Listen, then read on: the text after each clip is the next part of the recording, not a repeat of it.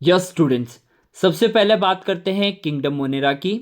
ये बहुत ही इंपॉर्टेंट है और नीट के एग्जाम्स में प्रीवियसली भी यहाँ से बहुत क्वेश्चन पूछे गए हैं और 2025 में भी पूछे जाने की प्रोबेबिलिटी है।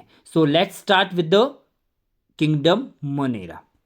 किंगडम मोनेरा में क्या चीज़ें आती हैं? सबसे पहले जो इंपॉर्टेंट चीज़ है दैट इज बैक्टीरिया। जितने भी बैक्टीरिया हैं वो किसके अंडर आते हैं? किंगडम मोनेरा के अंदर आते हैं। So all bacteria comes under kingdom Monera. All bacteria comes under kingdom Monera. All organism found in this kingdoms are prokaryotes. So जितने भी organisms इसमें पाए जाते हैं वो क्या हैं? सारे प्रोकैरियोट्स हैं। सो बैक्टीरिया भी हैं और प्रोकैरियोट्स भी हैं। इसमें क्या क्या है?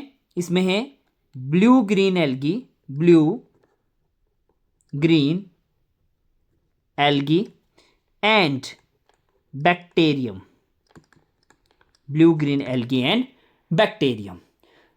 और ये कहाँ पाए जाते हैं? Hot spring, deserts, snow and deep ocean.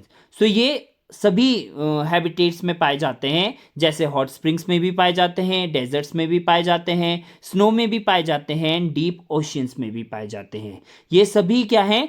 Prokaryotes हैं। जितने भी मोनेरा किंगडम्स में जो भी ऑर्गेनिजम्स पाए जाते हैं वो क्या हैं? और ऑर्गेनिजम्स पाए जाते हैं सब प्रोकैरियोट्स हैं। सो अब यहाँ पे हम समझेंगे कि प्रोकैरियोट्स हैं क्या।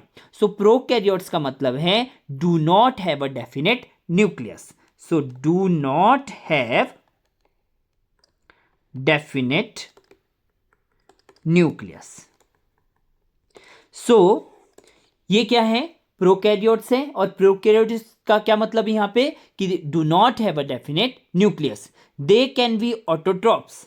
सो अब यहां पे ये भी इंपॉर्टेंट है कि जो किंगडम मोनेरा में जो भी ऑर्गेनिजम्स आ रहे हैं वो ऑटोट्रॉप्स भी हो सकते हैं। ऑटोट्रॉप्स मींस जो अपना फूड स्वयं बनाते हैं। ऑटोट्रॉप्स, हिट्रोट्रॉप्स, हिट्रोट्रॉप्स मोर एवर एज पैरासाइट्स भी हो सकते हैं। और यहां पे सेल बॉल जो है वो प्रेजेंट होती हैं। सेल बॉल्स क्या होती हैं? प्रेजेंट होती हैं। अब जो किंगडम मोनेरा है उसे भी दो, किंगडम मोनेरा को डिवाइड किया गया है दो पार्ट्स में। So they are divided into archaebacteria and eubacteria. किस में डिवाइड किया गया है? आर्कीबैक्टीरिया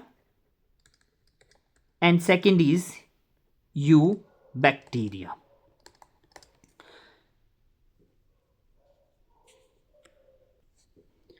अगर हम बात करें आर्कीबैक्टीरिया की, so these are the special because they live in some of the most harsh habitats.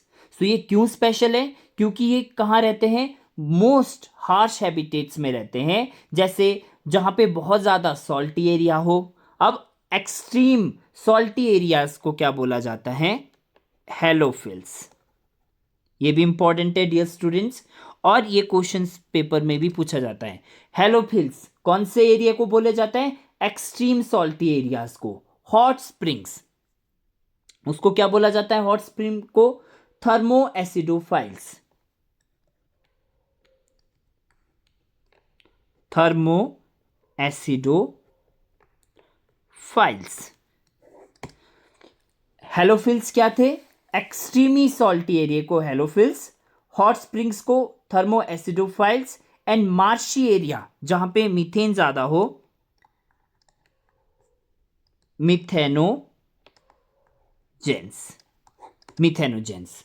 So archaebacteria क्या है? स्पेशल्स हैं। These are the special bacteria because they live in some of the most harsh habitats. जैसे extreme salty areas में रहते हैं उन्हें बोलते हैं हेलोफिल्स, एंड जो हॉट स्प्रिंग्स में रहते हैं उन्हें बोलते हैं थर्मो एसिडोफाइल्स, एंड जो मार्शी एरियाज में रहते हैं उन्हें क्या बोलते हैं? मिथेनोजेंस बोलते हैं।